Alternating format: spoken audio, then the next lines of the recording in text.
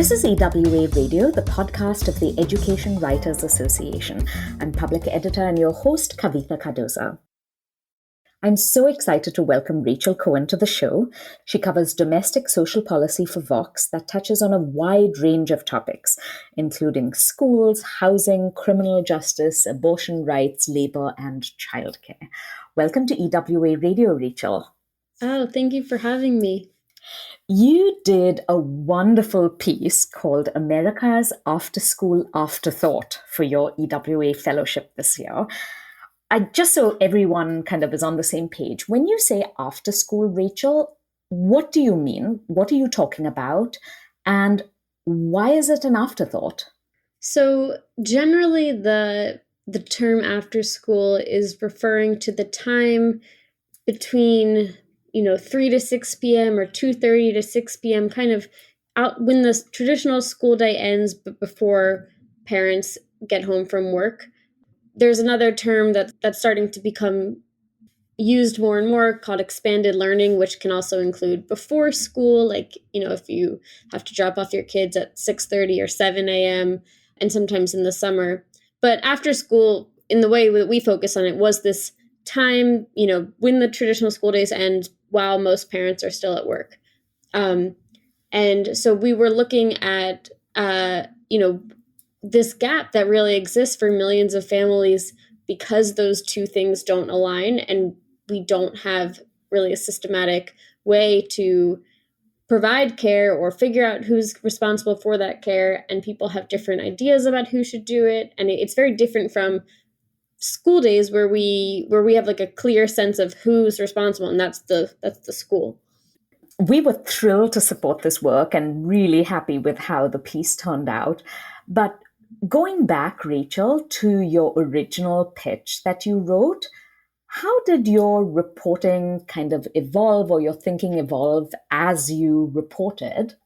The original pitch was to sort of look at how after school programs are faring in this economic moment that we're in, with, competitive higher retailers raising their wages and people still having lingering concerns about COVID. And so it was something that we thought we wanted to get out, like figure out, how is this affecting families? How is this affecting providers? What are they doing? And that is a big part of the story. But it was, as I got further into reporting, once getting the grant, and I would love to talk about sort of what the grant sort of allowed us to do that I wouldn't have normally been able to do. But as we got further in, that's when I started learning about California and all that has been going on there that's so different. And it just became very clear to us about 2 months into the project that, wow, we really need to pivot a bit. We need to go to California. I need to see how this is working on the ground. There's so much going on here, and I couldn't find much on the internet about it. And it was just a really exciting sort of insight to kind of stumble upon through conversations with people who would kind of offhandedly mention California.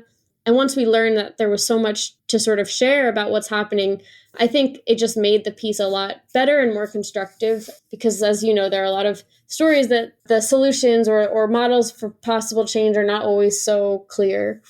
I totally agree. And that's why I loved it as well, that it not just highlights a number of challenges, but it also highlighted solutions.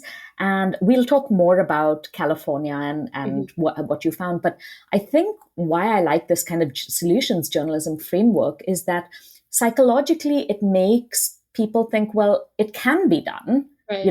And I think it really makes accountability journalism stronger, because it's almost like, well, if they can do it, why aren't we? Right.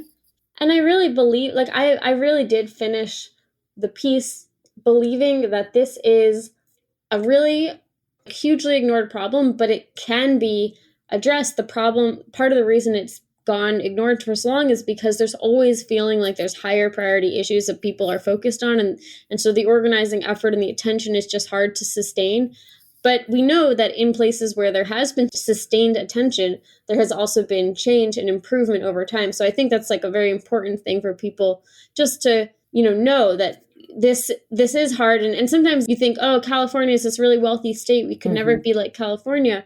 But I found it very instructive that California's organizers really only got a very small amount of money in the beginning, and it took years to get that. And it was only sort of just continuing that organizing over time and making it grow and grow and grow. And that, I think, is something that all states can look to. I want to come back to some of the challenges to kind of lay out the Yeah. problem before we get to some of the solutions. One of the things I really liked about your piece is that you showed the challenges from all different points of view. Like you talked to administrators, parents, providers, the teachers' union perspective. It seemed very kind in a way that it was like this, everyone has a reason for why they're struggling with this. Can you give us a sense of what some of the challenges are, especially since the pandemic? Yes. And I appreciate that. Having the opportunity to do a story where, oftentimes in normal reporting schedules, we can have a couple of days, maybe a week, maybe if you're really lucky, 2 weeks to do a story.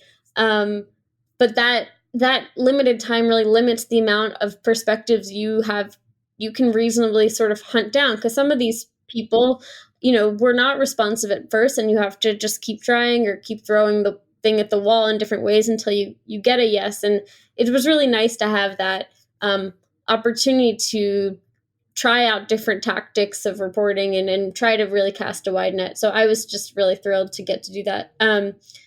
In terms of challenges, I think, so for parents, I mean, the challenges for parents are very clear. Like, if you don't have family members nearby, and if there is no spot available in after school care that you can send your kids to, or if you can't afford the spots that exist, you are just in a really difficult position. And it is not uncommon for families to either one parent to have to change their job or reduce their hours of work. That I heard that honestly so much from parents who said, we couldn't find a program, or they were spending so much on after school that it didn't make sense for them given how much they were earning at their job. So this is like just another aspect of the childcare crisis, which we hear about much more often. But after school, I think, is this window of time that doesn't get a lot of attention. The people who have after school care, they'll readily tell you, wow, this is a lifesaver. I don't know what I would do.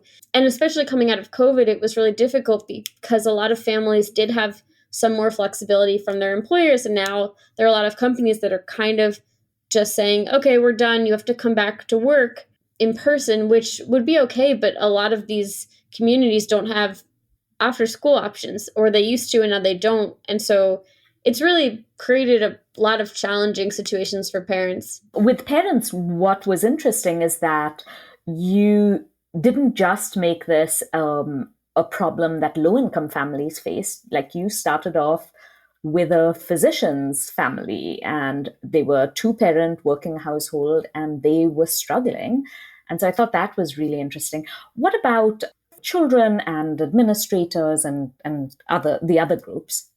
So, for children, there's been a lot of data points that we know that kids are really struggling still coming out of the pandemic. Things have not gone back to normal in a lot of schools and a lot of places.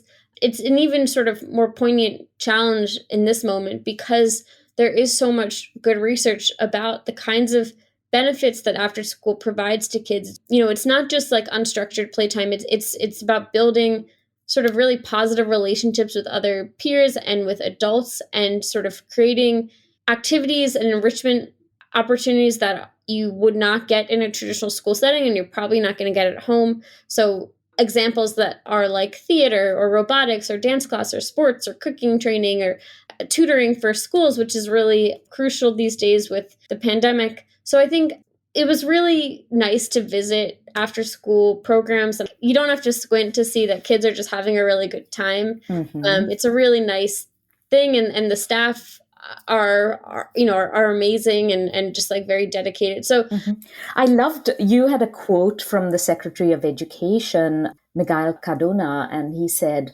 mental health is also being in a theater group. yeah. I it was just like very both nice to see it when you took the visit, but also a reminder that we know there are nearly 25 million students who would want to be in one of those programs if there was one available and affordable to them, and we're not meeting the demand that parents and families have right now. So that was sort of the kid piece. And then on the teacher side, these have always been difficult jobs to fill because, they're most of them are part-time. They're often seasonal. They're not really in the summer. The program provider I visited in Iowa, she has been working at her organization for over a decade, and she said it's never been this hard to find people interested in working in these programs. Even kids who, college kids used to be sort of a steady stream of workers who used to be interested, but now a lot of people had either just much higher paying alternatives, or they just were less interested. Maybe they still had fears about working in schools with kids with COVID. And the thing that was really striking to me about these providers was they were doing everything they could. They were raising wages. They were offering retention bonuses and hiring bonuses and trying to figure out, like, can we offer affordable childcare to you? Or what sorts of perks can we fit within our budget? But it's just that given they couldn't raise prices much more on parents because it was already too expensive for parents, and they're all competing for the same foundation dollars. And so it was tough to watch these programs really doing what I think that they could, and seeing, okay, even if you can raise your wages from, say, $12 an hour to $15, well, that's, if you can't raise it to 20, you still might not be able to recruit enough people if those people can get a $20 an hour job fairly easily. So this is a very real challenge that programs are dealing with today. You said you traveled to California and you explained why. How did you pick Iowa, Rachel?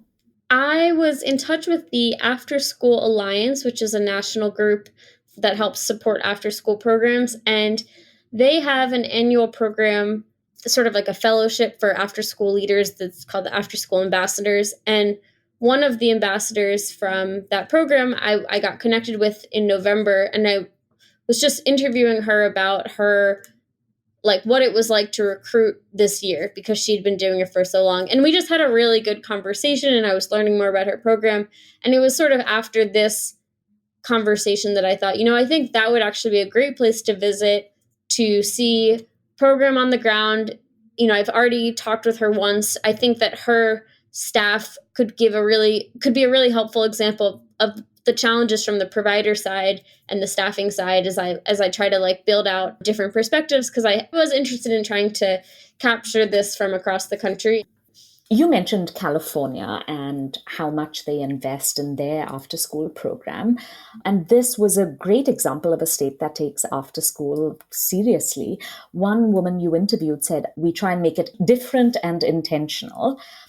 What did you find when you were touring some of the after school places? Like, did you feel that it was different? Could you kind of sense it as a reporter? Yes. I mean, I remarked this to my partner when I got home. I've been covering public education for over a decade and have been to, many low-income schools and communities. And one of the most just remarkable experiences I had when I was in Oakland is going to this school and sitting down with the staff and the administrators and the principal and the community schools liaison, and just having them say to me, due to the infusion of funding that they now receive from the state of California, that they get everything they need, that they are able to provide staff and kids with everything they deserve, that they're able to do everything they want. Like, that's just, you never hear that from... I was going to say, can you repeat that? In like 23 years, I have never heard someone say that. I was like, really? It just felt so unfamiliar to me. And then they were just all of them were like, yeah, we have actually the resources to do everything we want to do and pay people fairly. And now we can recruit people, and it's amazing. And I just was like, wow, it was shocking. Oh my goodness. Are there plans to track the benefits, after this infusion of money? And I almost hate to ask this question, Rachel, because I feel like you listed the benefits, but also, right, just the fact that children are safe and with friends and doing something positive should be enough. But I know a lot of people want to see some connection to workforce development or higher test scores, or, they want something Right. extremely tangible. And I was wondering whether California is tracking stuff like that. So, this funding continues. Yes, I mean, I totally know what you mean, and I met with the California After School Network, which is sort of their sort of statewide advocacy group, and they seem very, very aware that part of making these investments, building support is being able to show the benefits, and so there is, I think, research in the works. I think they're trying to figure out what kinds of studies should we develop so that we can demonstrate the evidence base that we need to keep it going. There was not anything yet because it was that I could report on, but it was definitely coming up in my conversations that it seems like the people involved recognize they need to be able to demonstrate some empirical benefits, and some of the best data we have is already from California. So Mm. LA, Los Angeles has a program that has been studied for a long time. And there was the Arnold Schwarzenegger Institute at USC had actually put out a report in November because we just passed the 20th anniversary of Prop 49, which is California's ballot measure to support after school. So they were kind of looking at some of the outcomes and impacts and made recommendations for the future.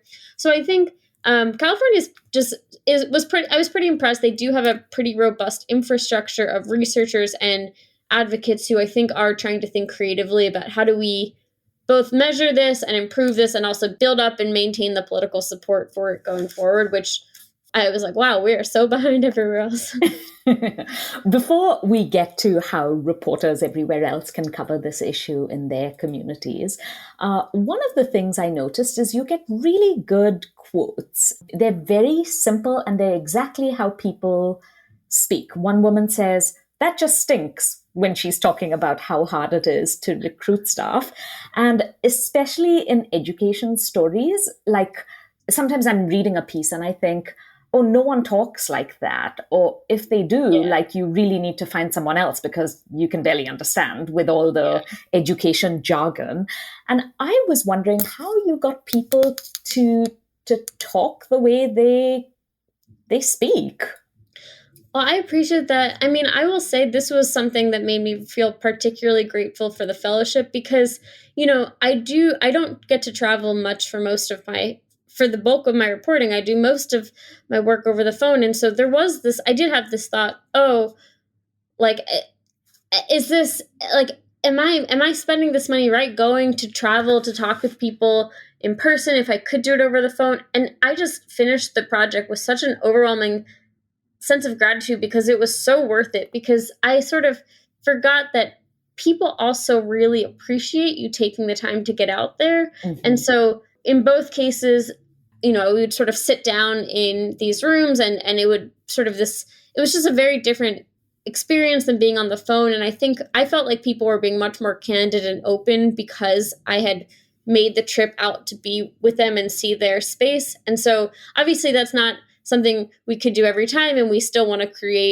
make people feel comfortable, so they'll say those kinds of things over the phone. But I do think and was reminded that I think people are just much more candid and open when you can sit down, especially in their own turf, and talk with them and ask them questions and be curious. So that was just I was just thrilled that at the sort of I noticed a difference in the way that people talked compared to the phone, even though the phone is what I have to use most of the time. That is just so great to hear, Rachel. It really is. Um, for reporters who are, all over the country and they're thinking, wow, I want to do a story on after school programming.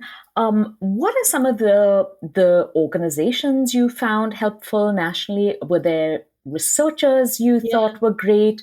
What kind of do you have any story ideas for them? So the After School Alliance is an excellent national organization. The Boys and Girls Club of America is also a group that is very, has locations all over the country and does a lot of research and lobbying in Washington as well. So I think those are two sort of excellent national resources. I think there's a lot of interesting follow up to do about, you know, efforts that might be happening on the state level to fund. I know, how are lawmakers thinking about this? Do they see it as part of the childcare crisis or not? I think that was something that was coming up a bit for me in my work of how after school is or is not in certain communities seen as part of childcare funding.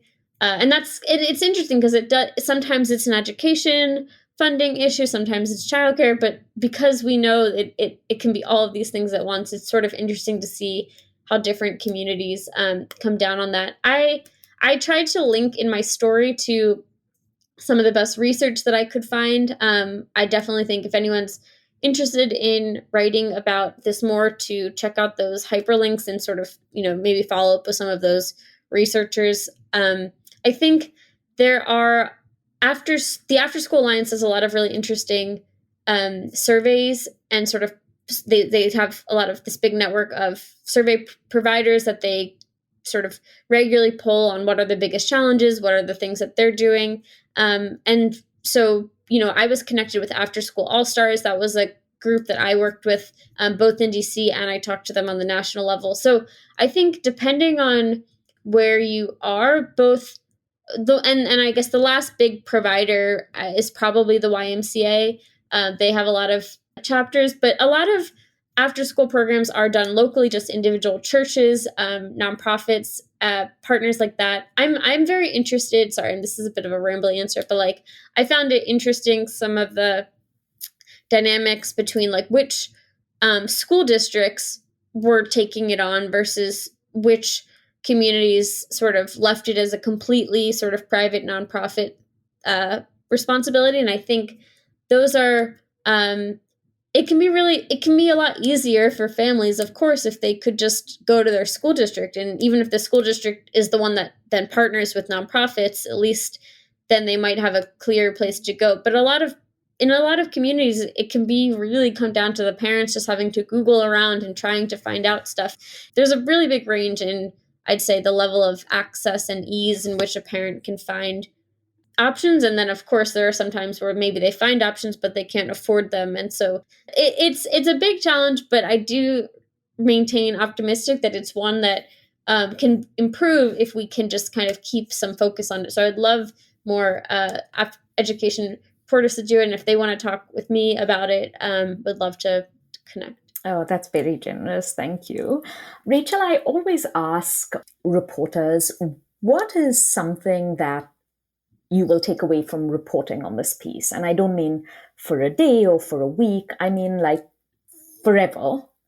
Yeah. I'm really heartened by the piece, and I was really heartened by the reception to the piece. I was, I actually it was more well received than I expected, which was so great. And I was so happy to see that. Sometimes, you put things out in the world, you never really know what's gonna resonate and what's not. And so I was really heartened to see that I think this did resonate with people for different reasons. And I think, what were some of the reactions you got?